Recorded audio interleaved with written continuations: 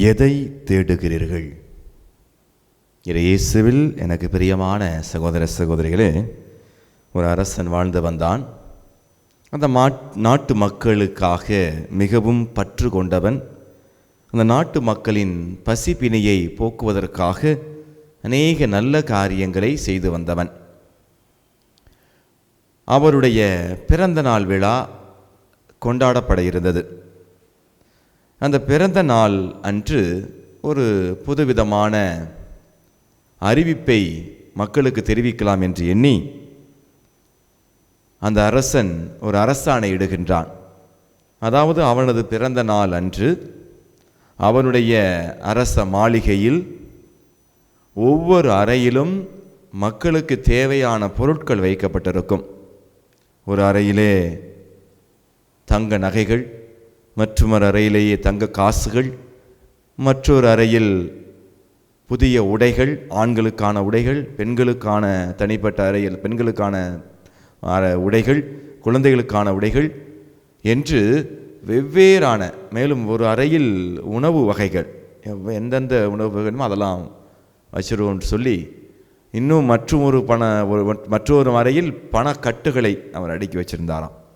எனவே ஒரு அறிவிப்பு விடுகிறார். தன்னுடைய பிறந்தநாள் விழா அன்று யாருக்கெல்லாம் என்ன பொருள் வேணுமோ அவர்கள் வந்து இதை அள்ளி கொண்டு செல்லலாம், உங்களுடைய வறுமை நீங்கட்டும் என்று சொல்லி அரசாணை விடுகிறார். அத்தனை மக்களுக்கும் ஒரே சந்தோஷம்.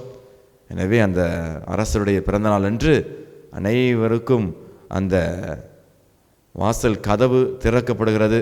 அந்த மாளிகையின் கதவு திறக்கப்படுவனே அனைவரும் ஓடி ஓடி தங்களுக்கு என்ன எது வேண்டுமோ அதை அள்ளி கொண்டு வருகிறார்கள்.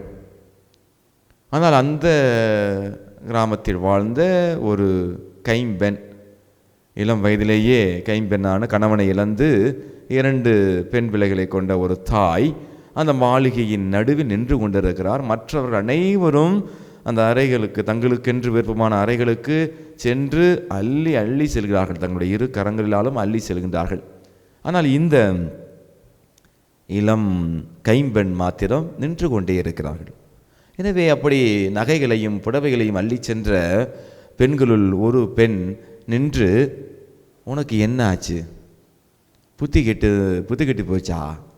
எல்லாரும் தங்களுடைய வறுமையை போகிறதுக்காக அரசு சொல்லிட்டான்னு சொல்லி அதை தான் அள்ளிட்டு போகிறாங்க.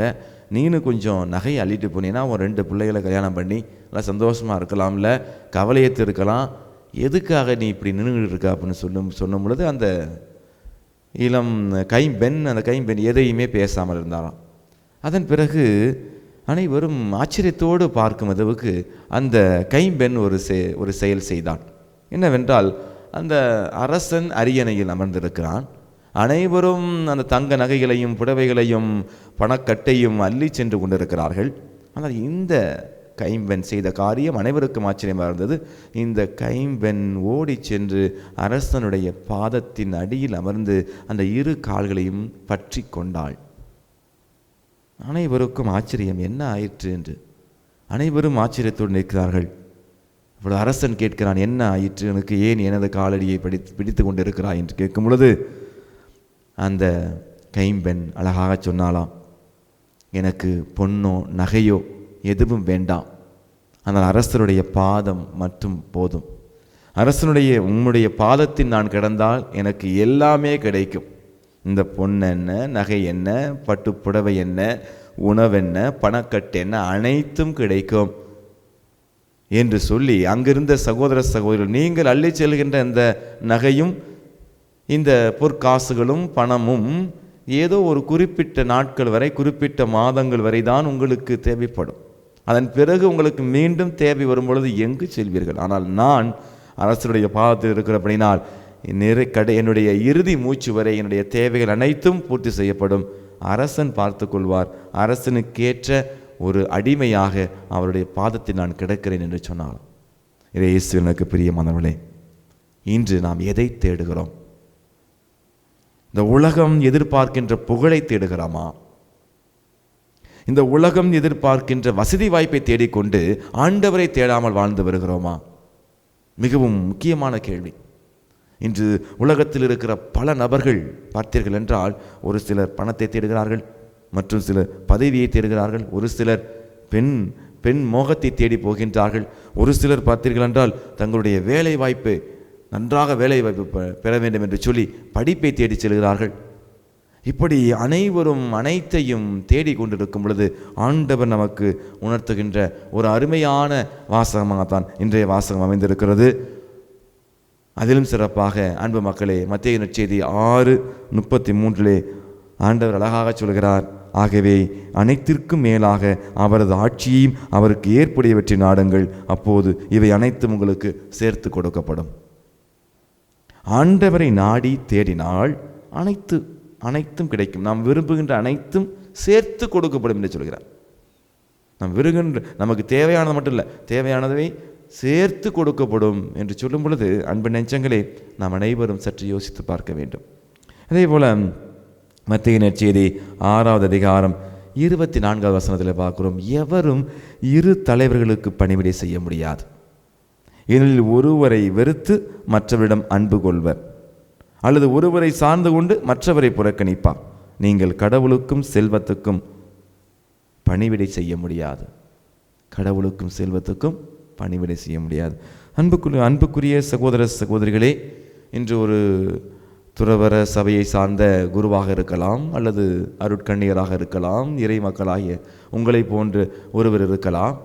அனைவரும் புரிந்து கொள்ள வேண்டியது, நாம் கடவுளுக்கும் செல்வத்துக்கும் பணிவிடை செய்ய முடியாது. ஒன்று கடவுளுக்கு சேவை செய்ய முடியும், அல்லது செல்வத்துக்கு சேவை செய்ய முடியும். ஆனால் இந்த செல்வ பற்று, பணத்தின் மீது உள்ள பற்று, பொருளின் மீது உள்ள பற்று எந்த அளவுக்கு நமக்கு விளைவை ஏற்படுத்தும் என்று தீமோத்தேயுக்கு எழுதிய முதல் திருமுகத்தில் 6வது அதிகாரம் 10வது வசனத்திலே பவுலடியார் சொல்கிறார், பொருள் ஆசையே எல்லா தீமைகளுக்கும் ஆணிவேர். அந்த ஆசையால் சிலர் விசுவாசத்திலிருந்து பிறழ்ந்து திரிந்து பல வேதனைகளை தாங்களாகவே தங்கள் மேல் வருவித்துக் கொள்கிறார்கள். நம்ம மேலே நம்ம மண்ணள்ளி போட்டுக்கிறது தான், வேற ஒன்றும் இல்லை. எனவே பொருள் ஆசை அதிகமாக நமக்கு விசுவாசம் குறைந்துவிடும், பக்தி குறைந்துவிடும், கடவுள் பற்று குறைந்துவிடும். அன்பு நெஞ்சங்களே, அதே அதிகாரத்தில் பவுலடியார் தீமோத்தேயுக்கு எழுதிய முதல் திருமுகம் 6வது அதிகாரத்தில் 7வது வசனத்தை சொல்கிறாரு, உலகிற்கு நாம் எதையும் கொண்டு வருவதில்லை, உலகத்தை விட்டு எதையும் கொண்டு போகவும் முடியாது. எனவே நாம் எதையும் கொண்டு வந்ததில்லை, திரும்ப செல்லவும் எதையும் கொண்டு போக முடியாது. நம் அனைவருக்குமே தெரியும், நம்மெல்லாம் இறந்து நம்மை புதைக்கும் பொழுது எல்லாரும், குறிப்பாக அந்த வசதியான வயசானவங்க அல்லது வசதியான நபர்கள் தங்க நகைகளோடும் பவுனோடும் புதைக்கப்படுறப்ப அவங்க சொல்கிறது, ஏப்பா கொஞ்சம் புதைக்கிறதுக்கு முன்னாடி எல்லாத்தையும் பார்த்துருப்பா அப்படிம்பாங்க. எல்லாத்தையும் கழட்டிடுவாங்க. ஒரு முறை அப்படி தான் நானும் ஒரு இறந்த நபரை, ஒரு பெண், அவங்களுக்கு அவங்கள அடக்கம் செய்ய போகிறதுக்கு போய் கல்லறையில் ஜாமம் செஞ்சு முடித்தேன். அப்போ அந்த நபர் கேட்டார், என்னப்பா எல்லாம் எடுத்துட்டிங்களா, எல்லாம் கழட்டியாச்சா அப்படின்னு கேட்குறாரு. அவர் சொல்கிறார், ஒரு தோடு கழட்ட முடியலை, ஸோ அந்த இது டைட்டாக இருக்குது அப்படின்னு சொல்லும் பொழுது அவர் ரொம்ப யாருமே கேட்காத அளவுக்கு சத்தம் இல்லாமல் சொன்னார், கட் பண்ணிடு அப்படிங்கிறார். அப்போ காது போனாலும் பரவாயில்ல, கட் பண்ணி அதை எடுத்துரு, அந்த அந்த தோட்டை எடுத்துட்டு. ஏன்னா தோடு தங்கத்தாலானது, அது விலை மதிப்புள்ளது. ஆக அந்த தங்கத்திற்கு இருக்கிற மதிப்பு கூட நம்முடைய உடலுக்கு இல்லையே, அந்த பொருளுக்கு இருக்கும் மதிப்பு நன்று மனிதர்களுக்கு இல்லையே என்று யோசிக்கும் பொழுது அனைவரும் சிந்தித்து பார்க்க வேண்டும். அன்பு நெஞ்சங்களே, இன்றைய நம்முடைய விஞ்ஞான விபரீத உலகில் அழகாக சொல்கிறார்கள், முன்பெல்லாம் மனிதர்கள் அன்பு செய்யப்பட்டார்கள், பொருட்கள் பயன்படுத்தப்பட்டன. ஆனால் இன்று பொருட்கள் அன்பு செய்யப்படுகின்றன, ஆட்கள், மனிதர்கள் பயன்படுத்தப்படுகிறார்கள். எனவே நாம் எதை தேடுகிறோம்? அன்பு நெஞ்சங்களே, ஆண்டவரை தேடுவதில் நமக்கு மகிழ்ச்சி இருக்க வேண்டும். ஆண்டவரை தேடுவதில் நமக்கு மன நிறைவு இருக்க வேண்டும்.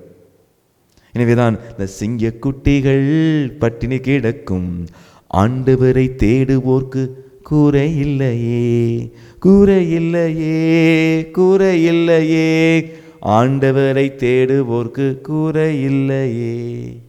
கடவுளை தேடுவோருக்கு எந்த குறையும் இருக்காது.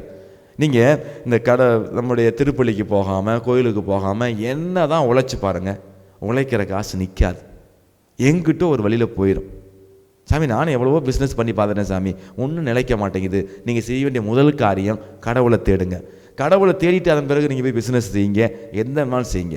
எனக்கு தெரிந்த அநேக நபர்கள், அன்பு மக்களே, நல்ல வசதி வாய்ப்போடு இருக்கிற மனிதர்கள், நல்ல பக்தியுள்ள மனிதர்கள் காலையில் எழுந்த உடனே கடவுளை தேடி ஆலயத்திற்கு வருவார்கள், திருப்பலியில் பங்கெடுப்பார்கள், நற்கருணை ஆண்டவர் முன் முழந்தால் படிட்டு ஜெபிப்பார்கள். அதன் பிறகு அவர்கள் பள்ளிக்கு செல்வார்கள், கல்லூரிக்கு செல்வார்கள், அல்லது விவசாய தொழிலுக்கு செல்வார்கள். அவர்கள் அனைவரும் வசதி வாய்ப்போடு இருக்கிறார்கள். இன்று நீங்கள் அனைவரும் திருப்பாடல் 63 முதல் வசனத்தை வாசிக்க வேண்டும். நாம் அனைவரும் உணர்ந்து கொள்ள வேண்டியது, இன்று அந்த அந்திரேயா மற்றும் ஒரு சீடர், அதை குறிக்கப்படவில்லை, ஒருவேளை அவர்தான் நற்செய்தியாளர் யோவானாக இருக்கலாம் என்று சொல்கிறார்கள். இவர்கள் இருவரும் திருமுழுக்கு யோவானிடம் சீடர்களாக இருந்தார்கள். ஆனால் இதோ இறைவனின் செம்மறி என்று சொன்ன பிறகு அவர்கள் இருவரும் இயேசுவை பின் செல்கிறார்கள். இயேசுவை பின் சென்று வரும்பொழுது இயேசானவர் கேட்கிற கேள்வி, எதை தேடுகிறீர்கள்? எதை தேடுகிறீர்கள்? பொருளை தேடுகின்றீர்களா? இந்த பணத்தை தேடுகின்றீர்களா? பதவியை தேடுகின்றீர்களா? அல்லது என்னை தேடுகின்றீர்களா என்று கேட்கிறார். அப்பொழுதுதான் அவங்க சொல்கிறாங்க, ரபி என்றால் போதகர். அப்போ நீ தான் குரு, உம்மை பின்பற்ற வந்தோம் என்று சொல்லும் பொழுதுதான் நீ எங்கே தங்கி இருக்கிறீர் என்று கேட்கிறார்கள். அழகான ஒரு வார்த்தை, வந்து பாருங்கள். ஆண்டவரை அனுதினமும் நம்ம வந்து பார்க்கணும். எங்கே? கோயிலில் வந்து பார்க்கணும். கோயிலில் திருப்பலியில் வந்து பங்கெடுத்து பார்க்கணும். ஆண்டவர் இயேசு நம்மோடு பேசுகிறார். நற்செய்தி வழியாக, முதல் வாசகம் வழியாக, திருப்பலி வழியாக, இது போன்ற மறையுரை வழியாக பேசுகின்றார். திருப்பாடல் 63:1 வாசிக்கிற பாருங்களே, கடவுளே நீரே என் இறைவன், உம்மையே நான் நாடுகின்றேன், என் உயிர் உம்மீது தாகம் கொண்டுள்ளது. நம்ம இன்னைக்கு எதெல்லாம் தாகமாக இருக்கிறோம்? சினிமாவுக்கான தாகம், நம்முடைய சீரியலுக்கான தாகம். ஒரு சில பேர் பார்த்தீங்கன்னா, இந்த சாயங்கால நேரத்தில், மாலை நேரத்தில் அந்த சீரியல் நேரம் வந்துச்சுன்னா அதுக்கு முன்னாடி எல்லா வேலையும் செஞ்சு முடிச்சுட்டு சீரியலை போய் உட்காரணும். ஏன்னா சீரியல் மீது தாகம் கொண்டு இருக்கிறோம். ஒரு சில ஆண்கள் இந்த பீர் பாட்டில், பிராந்தி பாட்டில், டாஸ்மாக் கடைகளில் தாகம் கொண்டு இருக்கிறார்கள். கடுமையாக உழைச்சிட்டு வருவாங்க. உழைச்சிட்டு போகணும். அந்த உழைச்சிட்டு வந்த காசு எங்கே போய் கொடுப்பாங்க? டாஸ்மாகில் கொடுப்பாங்க. ஏன்னா அரசாங்கம் ரொம்ப நட்டத்தில் இருக்குது. இதை அவங்க காசு கொடுத்து தான் அவங்க உயர்த்துறாங்க. உண்மையை சொல்ல போனால் அரசாங்கத்துக்கு மிகப்பெரிய வருமானத்தை கொடுப்பது இந்த டாஸ்மாக் தான். ஆக தாகம் கொண்டு இருக்கிறார்கள். எது மீது? போதை மீது தாகம் கொண்டு இருக்கிறாங்க. மதுபானத்தின் மீது தாகம். ஒரு சிலருக்கு சிகரெட்டு தாகம், ஒரு சிலருக்கு செல்போன், மொபைல், வாட்ஸ்அப்பு, ஃபேஸ்புக்கு பார்த்தீங்கன்னா இன்றைக்கி தாகம் கொண்டு இருக்கிறார்கள். தண்ணி கூட குடிக்காமல் இருப்பாங்க, ஆனால் செல்ஃபோன் யூஸ் பண்ணாமல் இருக்க முடியலை. தாகம் கொண்டு. அடுத்து, நீரின்றி வறண்ட தரிசு நிலம் போல என் உடல் உமக்காக ஏங்குகின்றது. என் உடல் உமக்காக இயங்குகிறது.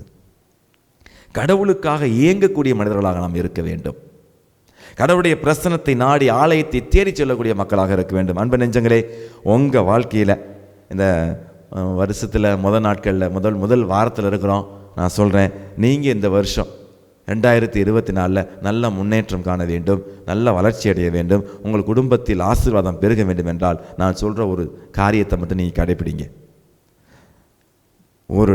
ஒரு புதிய நாளில் ஒரு நாளை தினம் வச்சுக்கோமே, எழுந்த உடனே, ஒவ்வொரு நாளும் நாம் எழுந்த உடனே பார்க்கக்கூடிய முதல் நபராக ஆண்டவருடைய திருவுடல் இருக்க வேண்டும். எழுந்தவுடனே நாம் இருக்க வேண்டிய முதலிடமாக ஆலயம், இறைவனின் பிரசன்னம் உள்ள அந்த இடமாக இருக்க வேண்டும். நாம் பார்க்கக்கூடியது கடவுளுடைய அந்த திவ்ய நற்கருணை அல்லது ஆலயத்தில் உள்ள சுரூபங்களாக இருக்க வேண்டும். நாம் முதலில் அன்பு மக்களை இருக்க வேண்டிய இடம் கோவிலாக இருக்க வேண்டும்.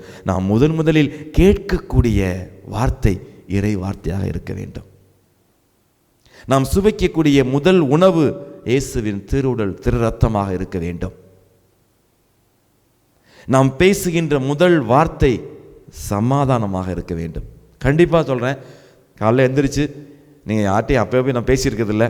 முதல் திருப்பலிக்கு போனீங்கன்னா திருப்பலியில் நீங்கள் மற்றவங்களோட பேசக்கூடிய முதல் வார்த்தை என்ன தெரியுமா? சமாதானம். எனவே அன்பு நெஞ்சங்களே, ஒவ்வொரு நாளும் இதுபோல் நான் இருக்கக்கூடிய முதல் இடம் கோயிலாக இருக்கணும், நான் பார்க்கக்கூடிய முதல் நபர் இயேசுவாக இருக்கணும், அது நற்கருணை ஆண்டவராக இருக்கணும் என்று சொல்லி நீங்கள் ஒவ்வொரு நாளும் கடவுளை தேடி பாருங்கள். கடவுள் உங்களுக்கு இரட்டிப்பான ஆசீர்வாதத்தை கொடுப்பார். அன்பு நெஞ்சங்களே, இன்று ஆண்டவராகிய தேவன் அந்த சீடர்களிடம் சொன்னது போல உங்களையும் என்னையும் பார்த்து சொல்கிறார், வந்து பாருங்கள். போய் தான் பார்ப்போமே, தினந்தோறும் கோயிலுக்கு தான் போய் பார்ப்போமே, எங்கெங்கேயோ போயிட்டோம், ஒன்றும் கிடைக்கல. பேங்க்குக்கு போய் லோனுக்கு போயாச்சு, அந்த தோட்டத்தில் போய் எவ்வளவோ தண்ணி பாய்ச்சி எவ்வளவோ செஞ்சு பார்த்தாச்சு, தினந்தோறும் கடலுக்கு போயாச்சு மீன்பாடு கிடைக்கும்னு சொல்லி, தினந்தோறும் ஆஃபீஸுக்கு போகிறோம், தினந்தோறும் கோயிலுக்கு போகிறோம். இதெல்லாம் போக வேண்டியது அவசியம்தான் மக்களே.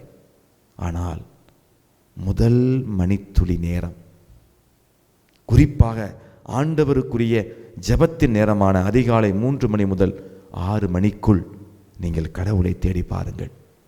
கடவுள் உங்களுக்கு எல்லாவித நன்மைகளையும் செய்வார். ஆண்டவர் தம்முடைய திருமுக ஒளியை நம் மீது வீச இருக்கின்றார். அதிகாலை ஆண்டவரை தேடுவோமா? நாம் எதை தேடுகிறோம் என்பதை சிந்தித்து, பொருளை தேட வேண்டாம், பதவியை தேட வேண்டாம், அதனிலும் மேலாக ஆண்டவரை தேடுவோம். ஆண்டவர் மற்ற அனைத்தையும் நமக்கு சேர்த்து கொடுப்பார். ஆமென்.